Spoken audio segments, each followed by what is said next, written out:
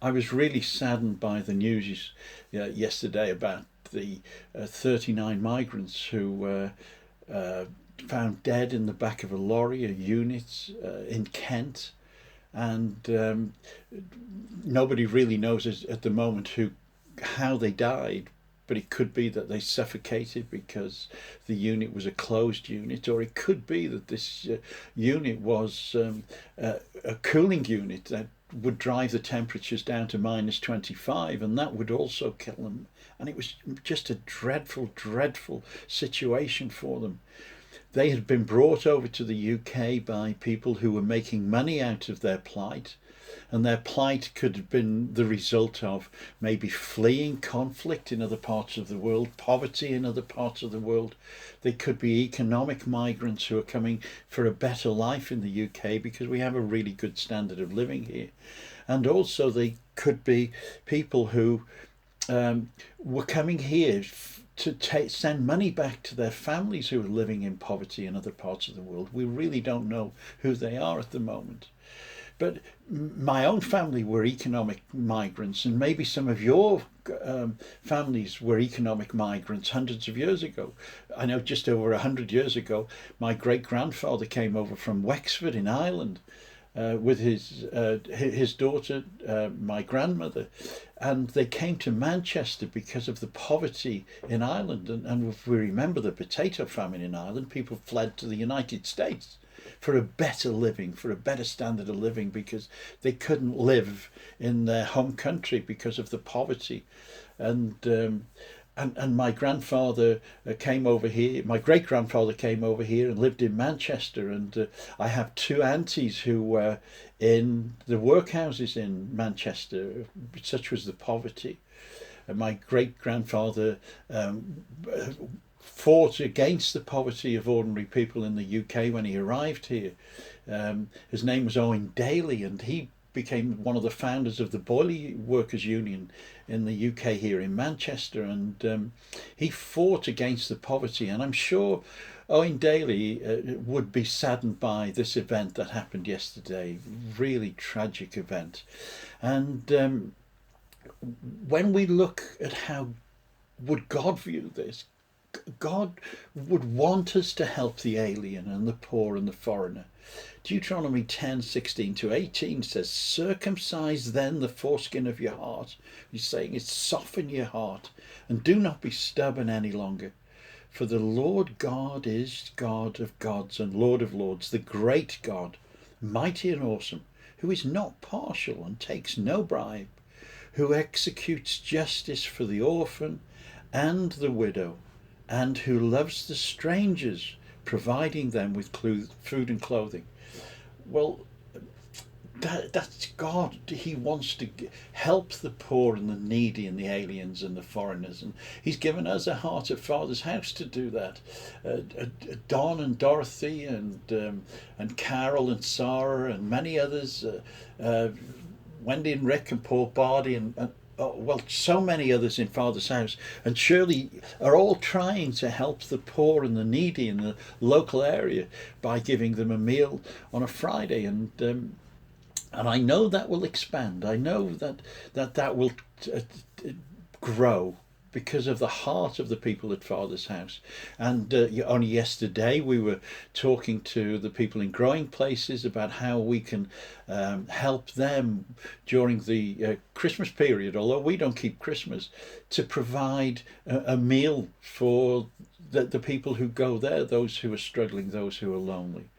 So we're looking at all these things, and I think that's because that's God's heart, and He softened our heart towards the alien.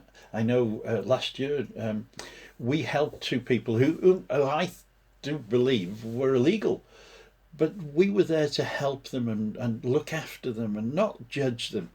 And this scripture in Deuteronomy makes that very clear that we should do that. And it's also in other places where God is concerned about the alien. Leviticus 19:34 says, the alien who resides with you shall be to you as a citizen among you. That means equal. You shall love the alien as yourself. For you were aliens in the land of Egypt, he tells the Hebrew people. And then he says, I am the Lord your God. It's a command to look after the alien.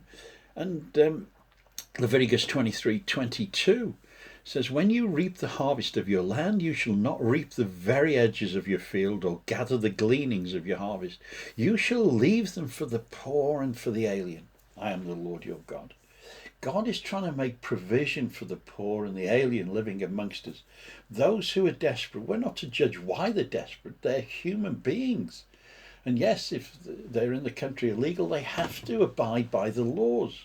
And that's not in dispute. But what is in dispute is that we can't treat them the way that we're treating them. People making money out of them, bringing them into the country illegally, and making a lot of money out of the desperation of ordinary poor people. Now, there's an estimated 202,000 citizens from the European countries who immigrate into the UK each year. Last year, up to September 2018, there were about 2,002 people came from the EU countries to live and work in the UK, and about 145,000 emigrated abroad from the UK. So that's people who emigrate. So people like Grace, who's gone to China, she's in another country. She's a foreigner and an alien in that other country. And I have to say, her reports back say that the Chinese people really make her and the people she works with very welcome. There were over 2.8 million visas granted in 2018 to people coming into the UK. That means non-EU people, and there was 8% of those were came here to study. Came here to study, and 77% came here to visit. And they were given visas by the UK to come in, and they're not illegal immigrants, obviously. And nobody really knows the figures for illegal immigration because it's illegal. Nobody really knows. But in terms of spirituality, the responsibility to look after these people is the same as to whether you've got a visa or you haven't got a visa. We have to look after them. Remember what Yeshua said about sheep from another fold coming in John 10. He said, I'm the good shepherd and I'm your shepherd of your sheep, talking about Israel. But he says, there are sheep from another fold, and he meant the Gentiles, foreigners and aliens, who I will bring in because he loves all of mankind.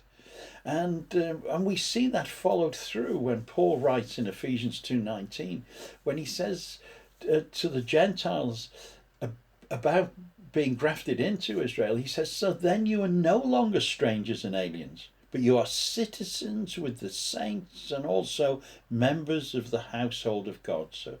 So we, in terms of our alien and foreigner status, were once foreigners, but once we become believers in Yeshua and followers in him, we become citizens with the saints of Israel, and we become one people. And that's the same in Ruth 2 verse 10, when we read that Ruth fell prostrate on the floor before Boaz with her face to the ground, and she said to him, why have I found favor in your sight that you should take notice of me when I am a foreigner? She understood that very often people look down on foreigners and don't give them favor, but God does. And I really believe we need to begin to pray for our attitudes here in the West to change, to welcome those who are really struggling in other parts of the world, and maybe help them to go back in with a status in their own country, so that they can provide and live in their own countries and do work in their own countries. Maybe we need to help them in their countries, but we cannot ridicule or criticize those for trying to make a better living. And we must try and stop this abuse of those who try to immigrate and emigrate and come into our country.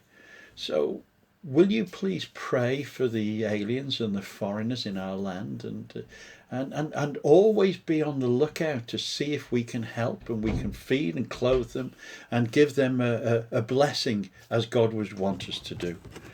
So Shabbat Shalom, Mike Fryer.